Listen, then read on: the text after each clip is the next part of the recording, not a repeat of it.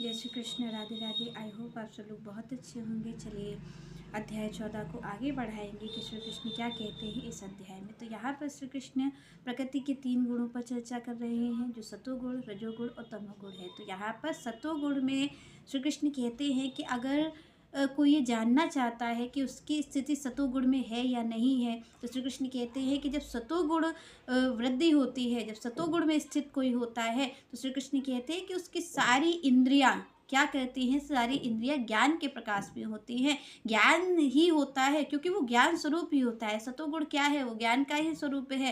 तो श्री कृष्ण कहते हैं कि उसकी जो सारी इंद्रियां होती है वो ज्ञान का स्वरूप होती है। वो ज्ञान की वजह से, ज्ञान के प्रकाश में श्री कृष्ण कहते हैं कुछ वो गलत नहीं देख सकता है। जैसे आप और हम हैं, अभी अगर हमारे सामने कोई व्यक्ति खड़ा हो तो हम ये कहेंगे कि भाई ये एक पशु है, ये एक मानव है, ये एक पक्षी है। तो यहाँ पर इस चीज़ को आप और हम बताते हैं। क्यों? क्योंकि अज्ञान इसी को कहते हैं। क्योंकि आप और हम आवरण का दर्शन कर रहे हैं। आप और हम जो ऊपर चढ़ा हुआ आवरण है उसका दर्शन कर रहे हैं, और उसी के आधार पर आप और हम कह रहे हैं कि भाई ये मानव है, ये मनुष्य है, ये पशु है और ये क्या कहते हैं, पक्षी है। तो यहाँ पर श्री कृष्ण कहते हैं जब ज्ञान के नेत्र होते हैं, होता तो सब कुछ यही है। सतोगुण में भी ऐसा नहीं होता है कि आप और हम सोचे कि कुछ दिव्यता आ जाए, पर दिव्यता आती है तो केवल गुणों की दिव्यता आती है, आचरण में दिव्यता आती है। आप और हम ये नहीं समझे कि कोई बारिश होने लग जाएगी सोने चांदी की, क्योंकि आप और हमें लगता है कि वे सतोगुण में स्थित होंगे तो शायद भगवान प्रसन्न हो जाएंगे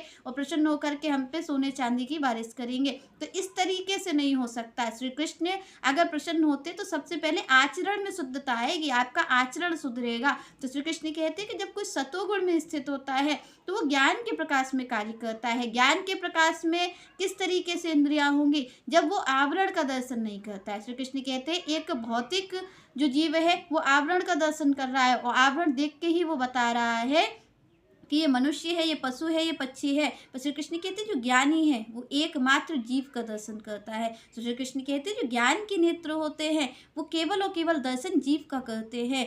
तो यहाँ पर श्री कृष्ण कहते हैं कि ये ज्ञान के प्रकाश में ही उसका कार्य होता है। वो अन्यथा कोई अनर्गल वार्तालाप आप और हमसे नहीं कर सकता। वो केवल करेगा तो ज्ञान की ही चर्चा करेगा, क्योंकि वो जो असार वस्तु है ज्ञानी व्यक्ति कभी उसको ले ही नहीं सकता है। वो असार क्या है, ये जो जितनी भी आप देख रहे हैं कि संसार की चर्चा है, जितनी भी संसार के बंधन है, ये सब असार वस्तु है। तो श्री कृष्ण कहते हैं जो ज्ञानी होता है, जिसकी सतोगुण में स्थिति है, श्री कृष्ण कहते हैं वो कभी भी असार वस्तु को नहीं ले सकता है, वो सार को ही ग्रहण करेगा। और सार क्या है, सत्य है। तो यहाँ पर श्री कृष्ण कहते हैं कि वो केवल सार वस्तु का ग्रहण करता है, क्योंकि इसी बात का तो ज्ञानी है। मूढ़ और ज्ञानी में क्या अंतर है, क्योंकि मूढ़ व्यक्ति कुछ भी ग्रहण कर लेगा, वो जो ज्ञानी है वो देख परख के ही ग्रहण करेगा। तो श्री कृष्ण कहते हैं वो सार वस्तु को लेता है, तो वो बोलेगा भी तो कुछ मुख से अगर वो बोल रहा है तो आप हमारे जैसे कुछ भी वार्तालाप नहीं करेगा, वो ज्ञान की ही चर्चा करेगा। तो श्री कृष्ण कहते हैं वो उसकी जो सारी इंद्रियां हैं वो केवल ज्ञान से संबंधित है। वो ज्ञान स्वरूप ही देखता है, वो किसी आवरण को नहीं देख रहा है। वो एकमात्र जीव का दर्शन कर रहा है, चाहे उसके सामने पशु हो या पक्षी हो या फिर कोई भी मानव हो। श्री कृष्ण कहते हैं वो किसी आवरण का दर्शन नहीं करता है, वो आत्मा का दर्शन करता है।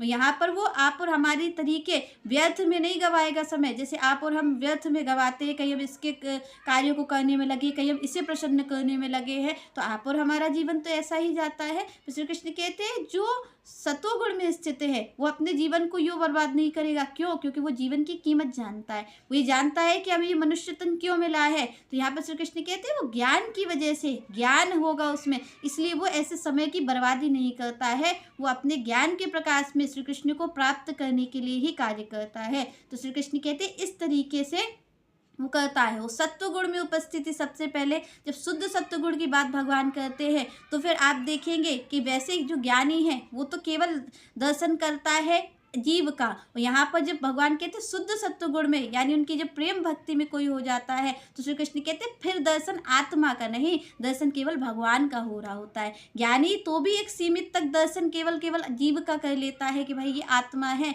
पर जो भक्त का दृष्टिकोण है, जो भक्त के नेत्र देखते हैं, वो केवल और केवल भगवान को देखते हैं। वो कहते हैं जहाँ हैं वहाँ केवल भगवान ही विराजे हैं। ज्ञानी तो भी मुख से अपने ज्ञान की ही बात करेगा, अनर्गल कोई बात नहीं करेगा, वो कोई झूठ नहीं बोलेगा, कोई बनावटी बात नहीं करेगा, ज्ञान की बात करेगा। पर जब भक्त बोलता है तो भक्त केवल और केवल श्री कृष्ण की ही बात करता है। वो श्री कृष्ण का ही नाम उच्चारण करेगा और श्री कृष्ण